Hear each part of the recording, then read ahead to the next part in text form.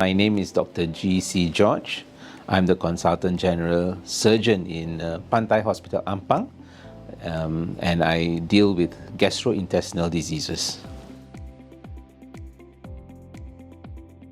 Alright, so hemorrhoids, or otherwise well known among others outside as piles, these are actually abnormal swellings in the anus, where we call it anal cushions. So when it becomes abnormal, it will give rise to certain symptoms like bleeding and a lot of discomfort and irritation.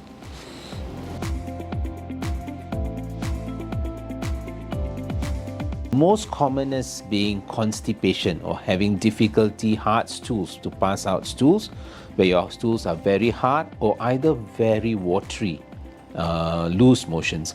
Other habits are sitting long time in the toilet, reading newspapers or playing with your handphones, and dietary problems with your diet in the sense you don't drink enough water or take enough fiber.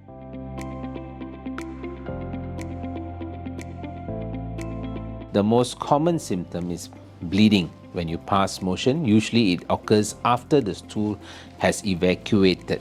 Alright, so you will find some droplets of blood or spurting of blood after you have passed motion. In some cases, some of them will have some pain where the external hemorrhoids or the external piles become swollen. These are the two commonest presentation that you will have for patients with hemorrhoids.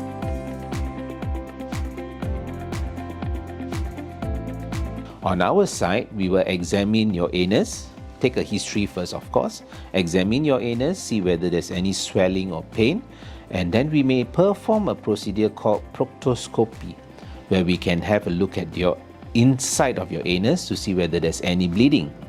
More often nowadays, we will set you up to do a colonoscopy, where that will tell us whether there is any other source of the bleeding or whether it's truly a hemorrhoids.